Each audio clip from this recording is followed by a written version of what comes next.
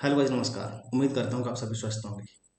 आज कुछ हम ऐसी कड़वी बातें करेंगे लेकिन आपको ज़रूर फ़ायदा पहुँचाएंगे। हम कुछ ऐसी बातों को करना चाहेंगे जो आपके लिए एक अच्छा रास्ता तैयार करें। हम कुछ ऐसी बातें करना चाहेंगे जो आपके लिए मंजिल तक एकदम सही सटीक रास्ते पर ले जाएंगे। तो बारी बारी से हम शुरू करते हैं। आप मान जाएंगे कि हाँ, आप इन्हीं वजहों से फेल हो रहे हैं। अगर आप इन बातों को फॉलो करेंगे तो आपके लिए 2025 बहुत सुखद होगी, आपकी नौकरी आपके पास होगी। तो बारी बारी से हम डिस्कस करते हैं, लास्ट तक वीडियो को जरूर देखना। अगर आप इनको फॉलो करेंगे तो आपका सिलेक्शन डेफिनेटली होके रहेगा, आपको कोई रोक नहीं सकता है। सबसे ज़्यादा आजकल विद्यार्थी इन्हीं को इग्नोर कर रहा है और इसी वजह से विद्यार्थी असफल हो रहा है। मैं बारी बारी से सभी पॉइंटों को डिस्कस करना चाहूँगा।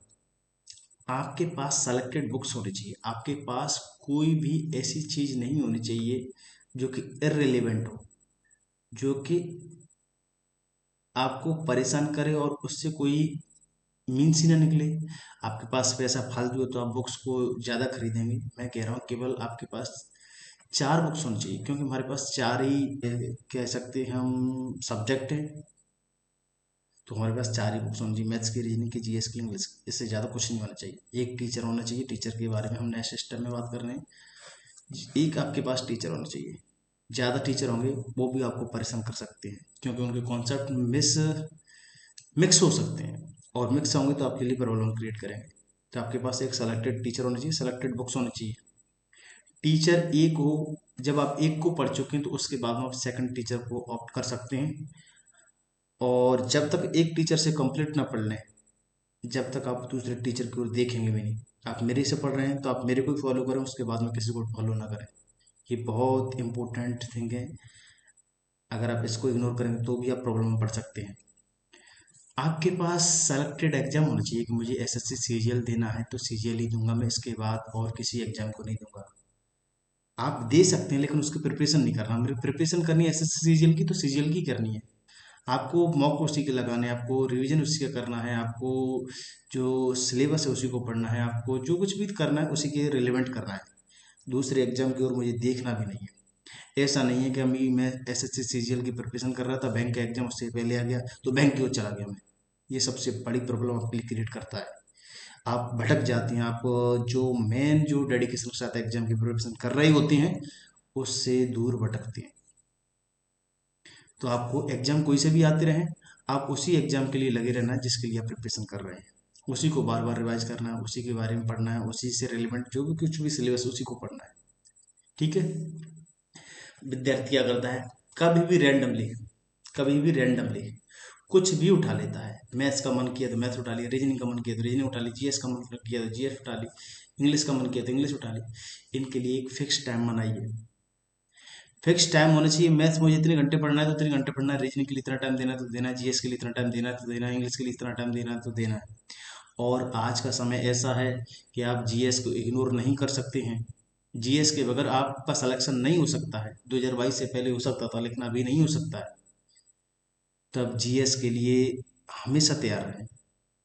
चारों सब्जेक्टों के लिए आप हमेशा तैयार रहें। आपने अगर किसी भी सब्जेक्ट को इग्नोर किया तो आपके लिए ये असफलता का कारण हो सकता है। अंडरस्टूड। तो आप चारों सब्जेक्टों को एक अपनी इफिशिएंसी के अकॉर्डिंग टाइम देंगे। आपको किस सब्जेक्ट में ज़्यादा जरूरत है उसको ज़्यादा टाइम देंगे, जिस किस में कम की जरूरत है उसमें कम टाइम देंगे। ठीक है। अच्छा, इन्वायरमेंट, इन्वायरमेंट भी बहुत बड़ा रोल आपके लिए होता है सिलेक्शन में, सिलेक्शन को दिलाने में। आप ऐसा हो सकता है कि आपके पास चार लोग ऐसे हैं जो कि पढ़ने में इंटरेस्टेड ही नहीं है, तो आप पांचवे ऐसे होंगे उनमें कि आप उन्हीं के साथ जैसे हो जाएंगे और पांचों एक जैसे हो जाएंगे। ऑलराइट। तो आप इन चार लोगों जैसे हैं कि पढ़ने वाले नहीं, तो उन पांच चार लोगों से आपको दूर जाना है। उन बच्चों के साथ रहना जो पढ़ने वाले हैं। कहते नहीं है जैसा देश वैसा वेश, वैसी कंडीशन हो जाती है। आप चार लोग जैसे हैं वैसे ही आप हो जाएंगे। और ऐसा हो नहीं सकता है कि आप चार लोगों को अपने जैसा कर लें। तो भला इसी में है कि आप इन चारों को इग्नोर करें और उस जगह पर आप पढ़ने की कोशिश करें जहाँ पर आपके जैसे पढ़ने वाले हों, आपको मोटिवेट करने वाले हों, आपको पॉजिटिव तुम्हारी थिंकिंग आपको डेवलप करने वाले हों। ऐसे नहीं हो आपको नेगेटिविटी दें, ऐसे नहीं हो आपको जो पढ़ने ना दें, ऐसे नहीं हो जो आपको क्या पढ़ रहा है यार, क्या करेगा पढ़ के। और आज के इस कंपटीशन के ज़माने में अगर आपने थोड़ी सी भी गलती की तो आपके लिए सीधा फेलियर का कार्ड बनेगी। तो आपका इन्वायरमेंट अच्छा होना चाहिए, ठीक है। इन्वायरमेंट में हम आपके एक मेंटल हेल्थ के लिए आप अपने एक्सरसाइज होनी चाहिए। आप रेगुलर कहीं अपना अनुलोम विलोम कर सकते हैं, आप कुछ भी एक्सरसाइज कर सकते हैं जिससे आपकी थोड़ी सी मेंटल पीस बनेगी। मेंटल पीस अच्छी होगी जब भी आपकी अच्छी प्रिपरेशन होगी। तो एनवायरनमेंट आप ये भी रख सकते हैं, आपके दोस्त, आपके फ्रेंड सर्कल वो होगा, और आपकी सवेरे की जो सुबह की जो डेली एक्सरसाइज होगी वो भी होगी, ठीक है। एक अच्छा सा एनवायरनमेंट होना चाहिए। रिवीजन बहुत बड़ी ये इंपॉर्टेंट थिंग है। विद्यार्थी क्या करता है, बस पढ़ लेता है किसी सब्जेक्ट को। बहुत अच्छी बात बताने जा रहा हूँ, देखना। कोई सब्जेक्ट उसने पढ़ ली, गौर से समझना, आजकल विद्यार्थी सबसे बड़ी मिस्टेक करता है रिवीजन के समय पे, कि कोई भी सब्जेक्ट पढ़ ली उसने, मान लो मैथ, मैंने जीएस पढ़ ली, जीएस में मैंने हिस्ट्री पढ़ी, हिस्ट्री को पढ़ लिया, हिस्ट्री को पढ़ के रख दिया कि भाई मेरी तो हिस्ट्री कंप्लीट होगी, चलो अच्छी बात है। अब मेरे को दूसरी सब्जेक्ट देखनी, जियोग्राफी, ज्योग्राफी को पढ़ने लग गया, ठीक है। ज्योग्राफी को पढ़ रहा है, मस्त पढ़ रहा है, ज्योग्राफी को पढ़ते पढ़ते एक मंथ हो गया। अब एक मंथ के दौरान उसने इस हिस्ट्री को ऐसे भूल दिया कि हिस्ट्री अब उसे बिल्कुल जरूरत ही नहीं है। हिस्ट्री को ऐसे भूल गया है कि उसे भूलेगा ही नहीं। ये मेंटेलिटी ह्यूमन की ऐसी होती है कि उसे भूलने की प्रोसेस होती है।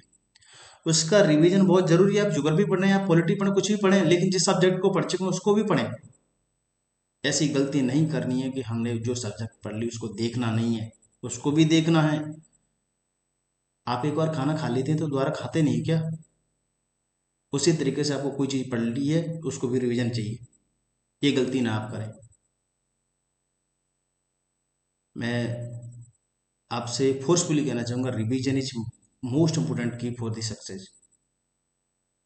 ऑलराइट। अच्छा, आप जिसके सब्जेक्ट को पढ़ें आप रिवीजन जरूर करें। ऑलराइट, फिर पढ़ते हैं हम। रिवीजन हो गया।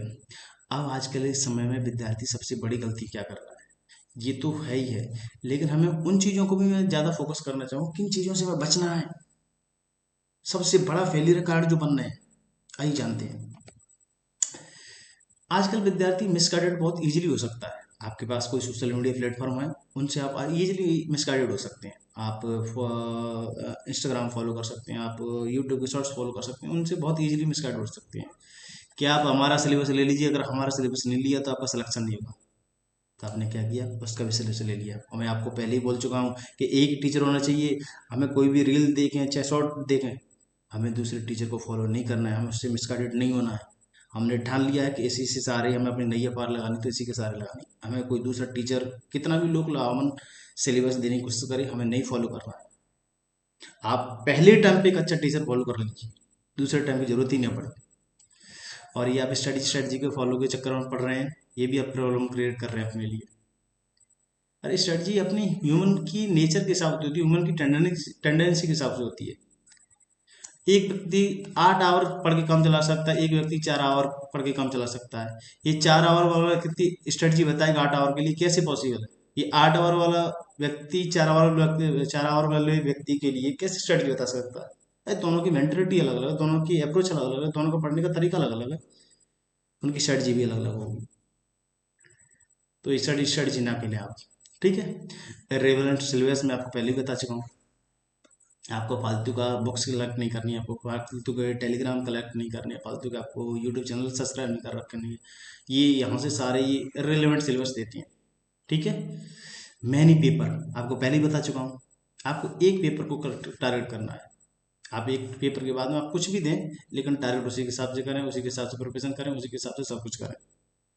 और ये यूट्यूब का मैं बता ही चुका हूँ कि यूट्यूब आपके लिए ये समझ लेना, ये स्लो पॉइजन है। आप यूट्यूब ये समझ लेना, सोशल मीडिया ये समझ लेना आपके लिए एक जो अल्कोहल है, वो अल्कोहल का काम कर रही है। अल्कोहल नशा देती है, लेकिन ये नशा नहीं देती है, और नशा नशा भी देती है और बर्बाद भी करती है। तो उम्मीद करता हूँ कि आप मेरी बातों को अच्छी तरीके से समझ पाए होंगे। इन मिस्टेकों को नहीं करना है, और इन चीज़ों को एकदम अच्छे तरीके से फॉलो करना है। 7S का आपको टारगेट होना चाहिए। 7X नहीं, 6S, सॉरी 6S।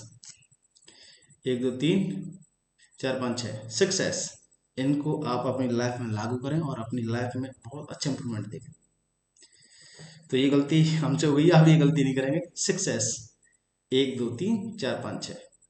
तो उम्मीद करता हूँ कि आप मेरी बातों को फॉलो करेंगे और अपनी लाइफ का एक अच्छा उम्दा सा रास्ता अपनी सफलता के लिए तैयार करेंगे। All the best, bye bye.